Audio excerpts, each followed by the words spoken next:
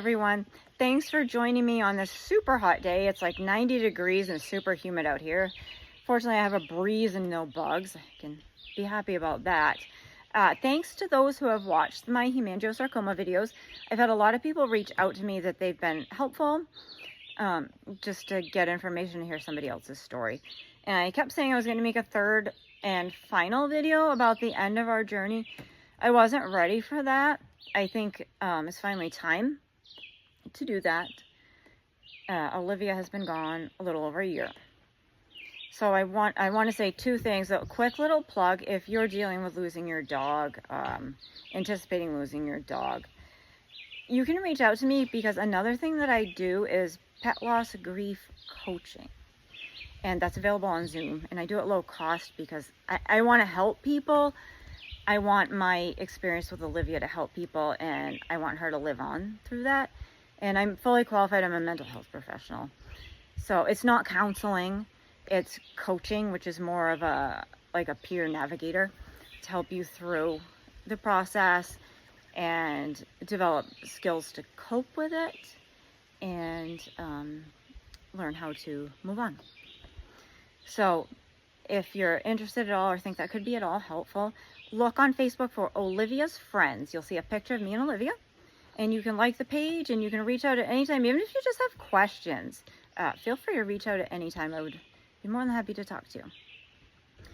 And the other thing is, if you don't know what I'm talking about, if you don't know what hemangiosarcoma is, and you have a dog, please, the number one thing I ask you is either watch my other videos that talk about what it is and what to expect, or just look it up yourself and find out some information, because it's a very common dog cancer, and most people don't know what it is unless they've had a dog with it.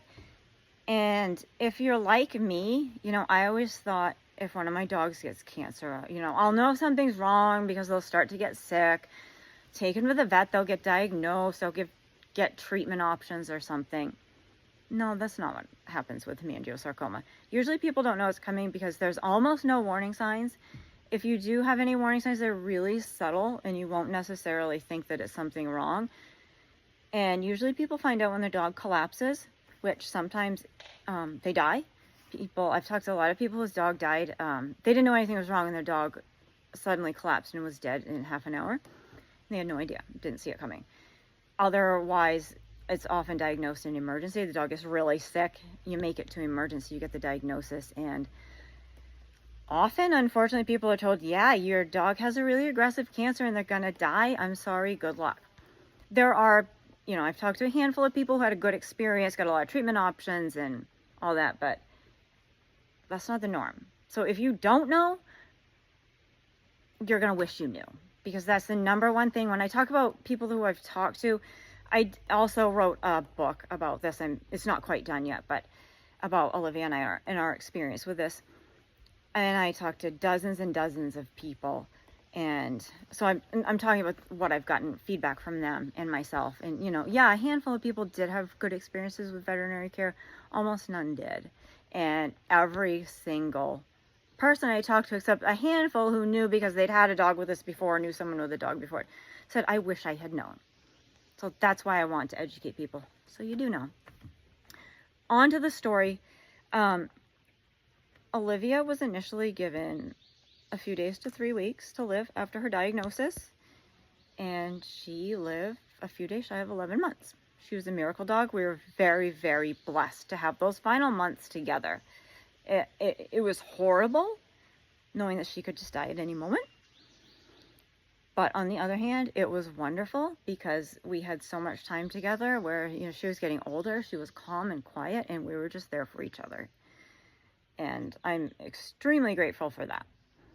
Over the course of Olivia's illness, she had, I believe, 7 bleeds. And when I say bleed, I mean the tumor is full of blood, and it gets bigger and bigger, and then it'll burst and blood will come out, which is in the abdomen, and that is internal bleeding. So they'll have signs of internal bleeding. I would say 3 of her bleeds were pretty minor. She got a rescue pill and bounced back within 2 or 3 hours. I'd say 2 were, middle of the road, a little collapse and not feeling great. Emergency pill brought her back, but it took, a day or so for her to feel better. and 2 were severe. The first one, I don't know why she lived through. She was ice cold and not responsive and almost dead. And she bounced back and was fine. That one took a few days. It took 2 red pills, that's what I call the emergency pill, some phosphorus, and it was about 3 days. And she was running through the house again. And of course, the final one, she did not survive. So, she felt great, like I said, almost every day she felt great. The only real thing that did affect her is that the tumor got huge at the end. I don't know how big it was, but man, she looked like she was about to give birth. She was so big, and it didn't seem to bother her, except like it was uncomfortable for her to get into a good position laying down. It was a production for her to lay down. She'd pop right back up. Standing up was fine, but laying down was a challenge. And that was really the only thing that seemed to bother her.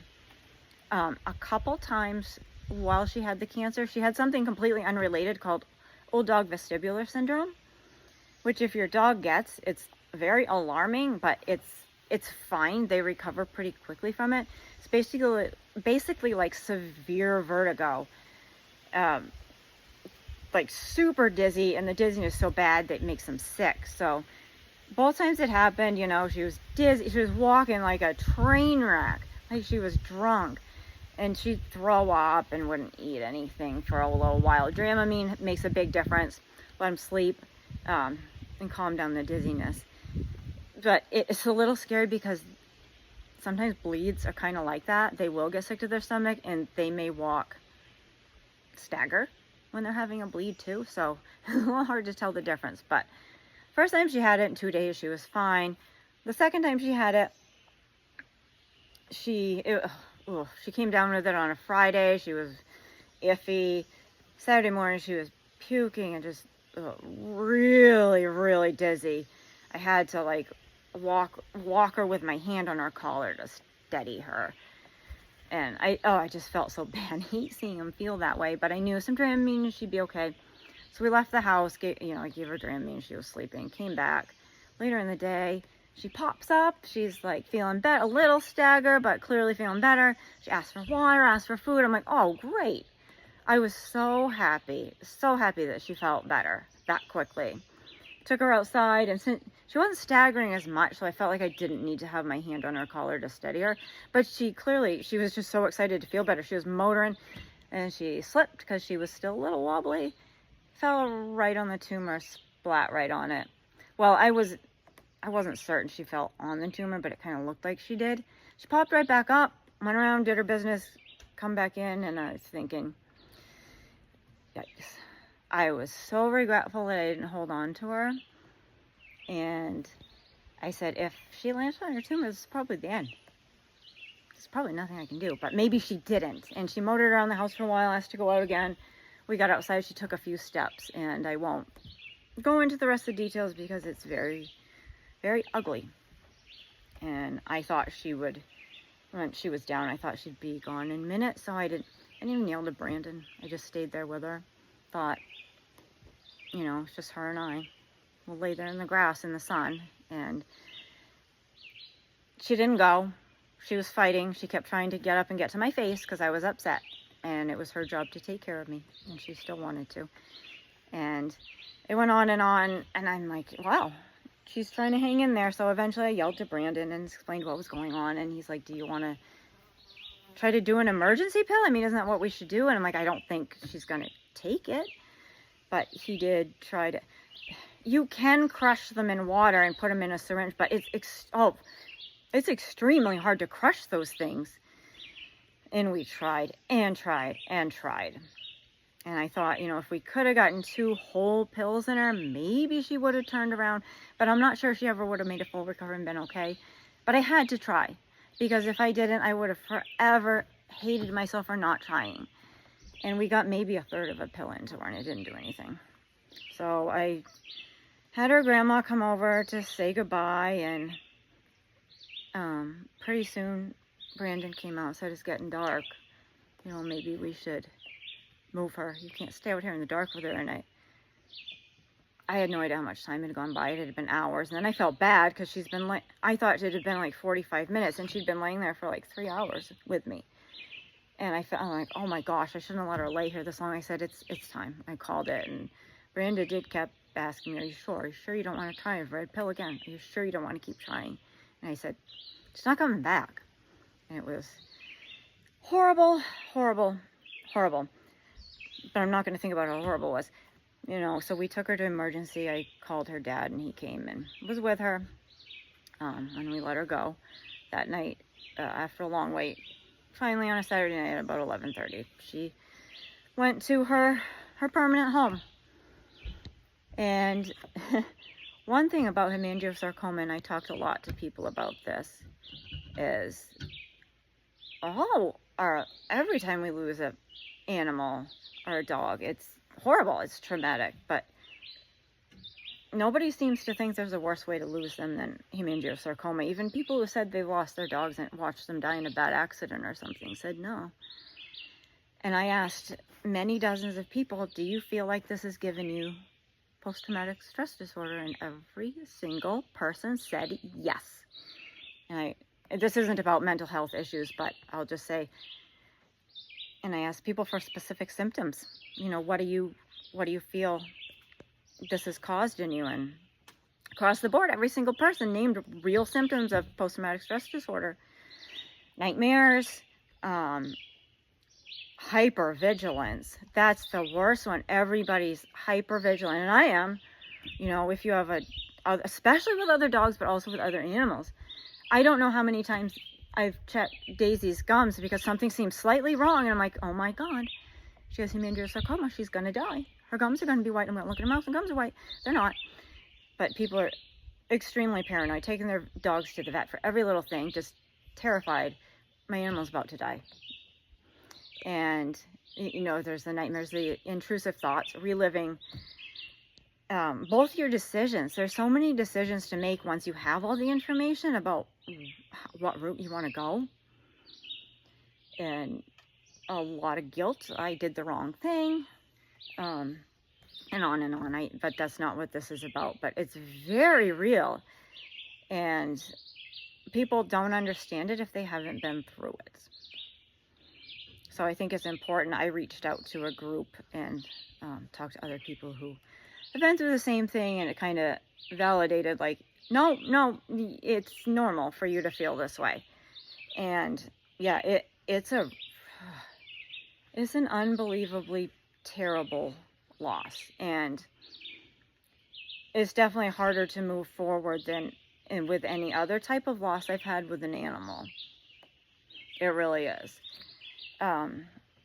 So I wanted to talk about that and just say, so if you've gone through it, you know, reach out to me, of course. I'm more than happy to help you, but look for groups.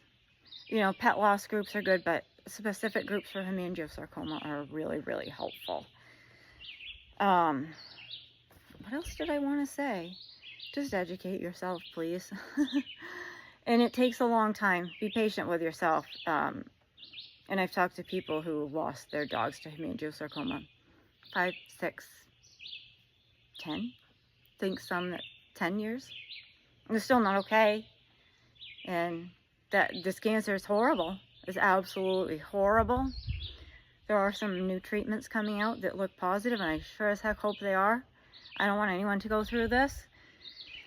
But I also want people to be prepared and educated. And I'm leaving part of the information about what happened with Olivia out because I don't want to scare people.